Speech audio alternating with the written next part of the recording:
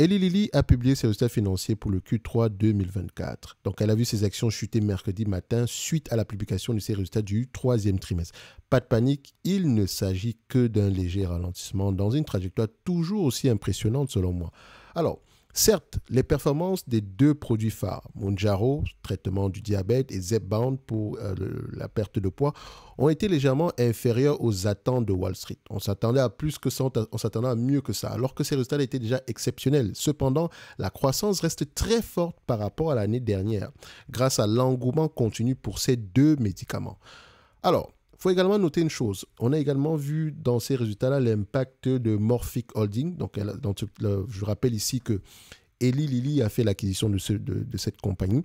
Et vous allez remarquer que ce n'est pas parce qu'elle a de nouveaux médicaments qui fonctionnent très très bien qu'elle ne prête pas attention ici à ce que le marché peut lui proposer, notamment en termes d'acquisition. Je rappelle que dans ce secteur d'activité, il y aura énormément de fusions et acquisitions. C'est déjà le cas en date d'aujourd'hui. Donc, on a déjà expliqué plusieurs fois, notamment ceux qui ont accès aux notes d'analyse sectorielles. Ici, vous savez de quoi je parle. Donc, un autre facteur qui a pesé sur les résultats, c'est l'acquisition de Morphic Holding en août dernier. Cette opération a entraîné des charges de recherche et développement plus importantes que prévues, impactant le bénéfice net d'Eli Lilly.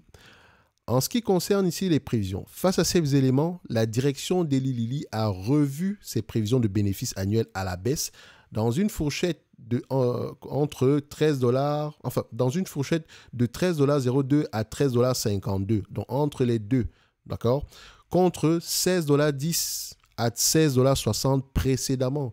On a quand même une baisse de près de 20%, une réduction de près de 20% par rapport aux anciennes prévisions. C'est pour ça que je dis toujours, on n'achète pas une compagnie de croissance à un prix qui implique la croissance. Parce qu'il suffit juste que l'entreprise ne livre pas la marchandise et vous verrez ce genre de variation-là.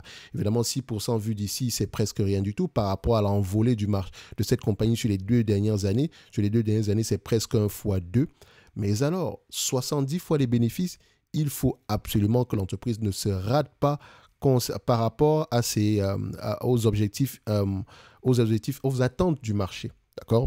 Maintenant, si les attentes du marché ici ne sont pas mes attentes à moi, ok? Si moi je choisis d'investir sur une compagnie, c'est en sachant que demain, la croissance pourrait ralentir. Ok?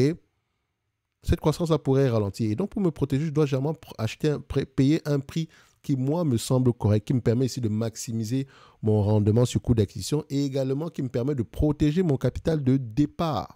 Est-ce que vous pensez que votre capital de départ est protégé en achetant du Eli Lilly à 850 dollars l'action? Je sais, ne nous limitons juste pas à 70 fois les bénéfices. Okay? Parce que la croissance, elle est là. Okay? Cette croissance, elle est là. Mais on a souvent tendance à sous-estimer comment on appelle ça? On a souvent tendance ici à sous-estimer la concurrence. Je rappelle ici que vous avez une compagnie comme Merck qui a l'un des médicaments les plus vendus au monde en termes de chiffre d'affaires. Merck s'échange à 15 fois les bénéfices, littéralement. Et je vais devoir payer Eli Lilly à 70 fois les bénéfices en date d'aujourd'hui. Je vais dire, permettez-moi d'être prudent par rapport à mon prix d'acquisition. Parce que je sais qu'il y a toujours des gens, quand on leur dit « Ah, moi, je ne suis pas d'accord de l'acheter à ce prix-là », pour eux, c'est un sacrilège. Que ouais, mais l'entreprise monte, ça double. Non, je ne suis pas à l'aise, c'est tout.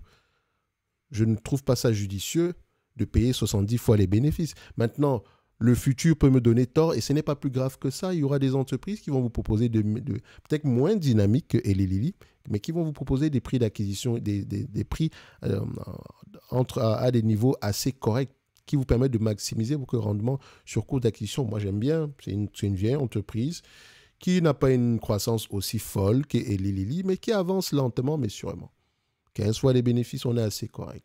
OK? Ce n'est pas dynamique. Si vous n'avez pas du 20-30% ici, vous avez également...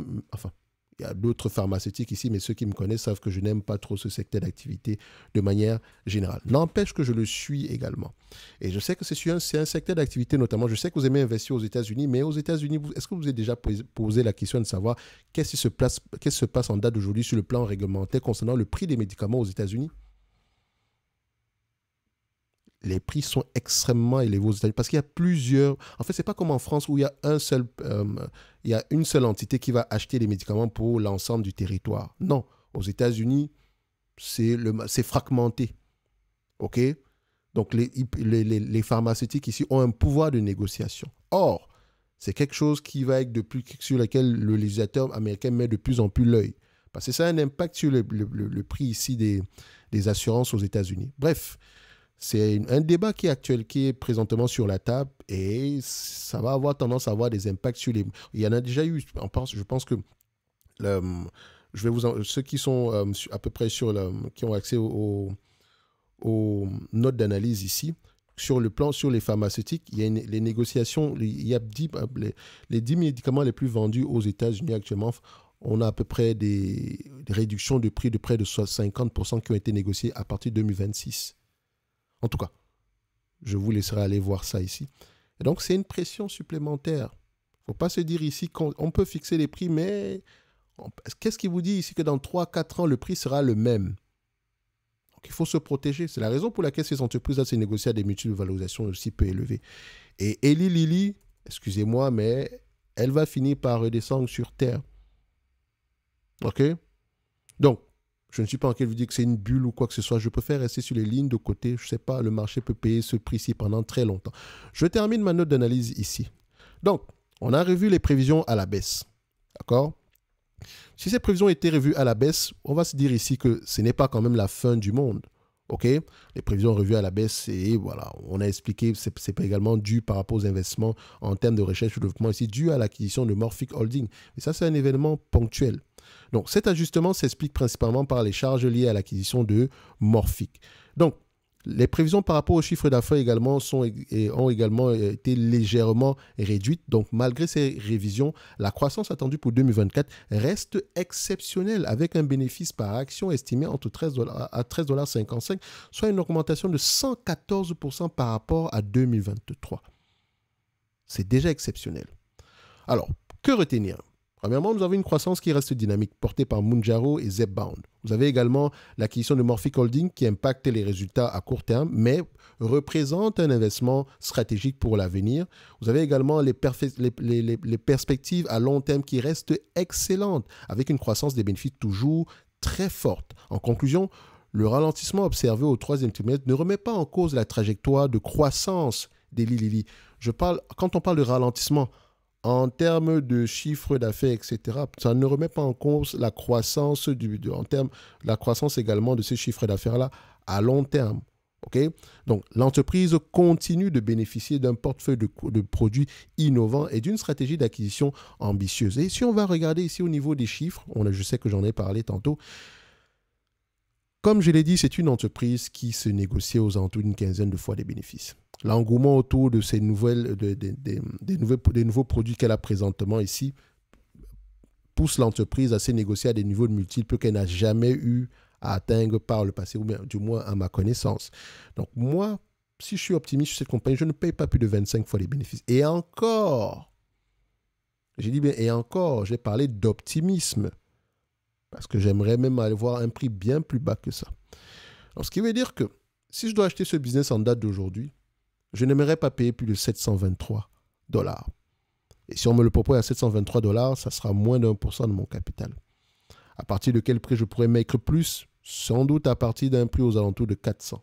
Mais ouvrez vos oreilles. Je ne suis pas en train de vous dire ici que ça vaut 400. Non. D'accord? La valeur et le prix qu'on est prêt à payer ici, c'est deux choses différentes. Comme la valeur et le prix, c'est deux choses différentes. OK? Parce que la croissance en elle-même peut continuer.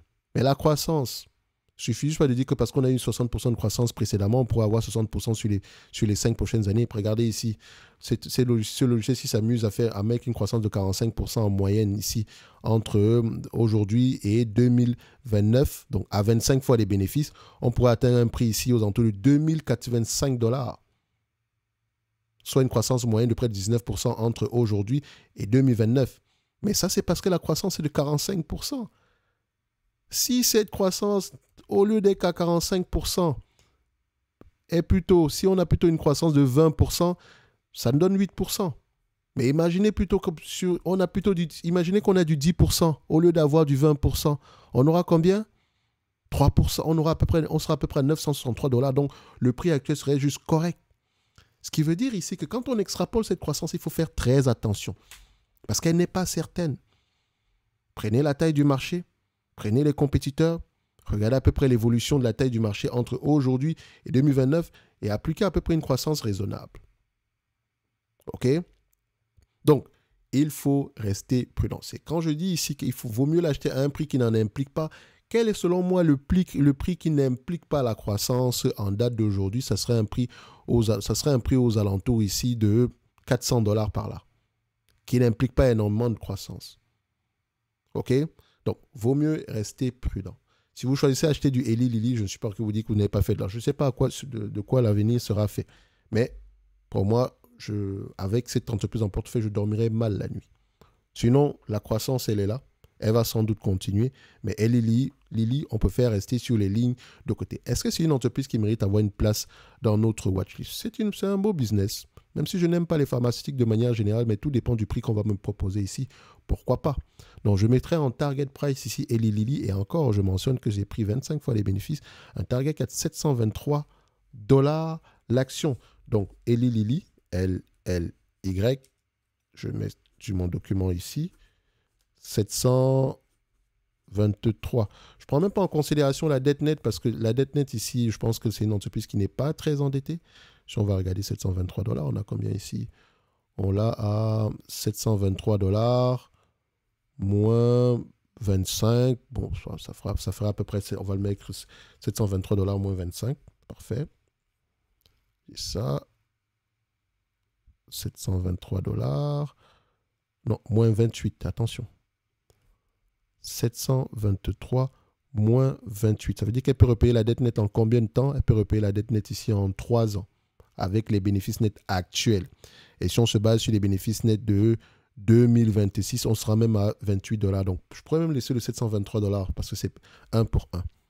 Mais ça prend en considération une certaine croissance. Donc, vous voyez que j'ai été très optimiste. Si on retourne l'équation, on me demande de payer en date d'aujourd'hui $1, on me demande de payer aux alentours de $846 une entreprise qui pourrait vous distribuer $1,44 si elle venait à vous, si elle venait ici à distribuer la totalité des bénéfices nets comme dividende.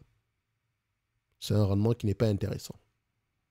À 25 fois les bénéfices, c'est un rendement de 4%. Plus le multiple est bas, mieux c'est. C'est le but du game. OK, maintenant, il faut regarder la qualité des earnings, etc. Donc, le dividende en lui-même, il est de 0,61, ce qui veut dire qu'il a encore un potentiel de croissance. Il pourrait aller à 1,44, mais attention, c'est par rapport aux bénéfices nets des 12 derniers mois.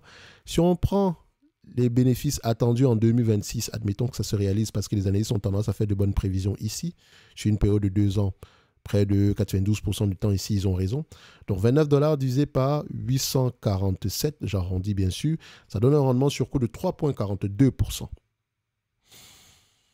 Donc, le dividende en lui-même, par rapport au payout ratio actuel, si on prend en considération la croissance moyenne sur les dernières années, admettons, donc on pourrait avoir un payout ratio de 24% en 2026, si c'est le cas ici, ça veut dire que on pourrait avoir un dividende on pourrait avoir un dividende de l'ordre de 0,80%, 0,8%, on va le dire comme ça, 0,8% d'ici 2026.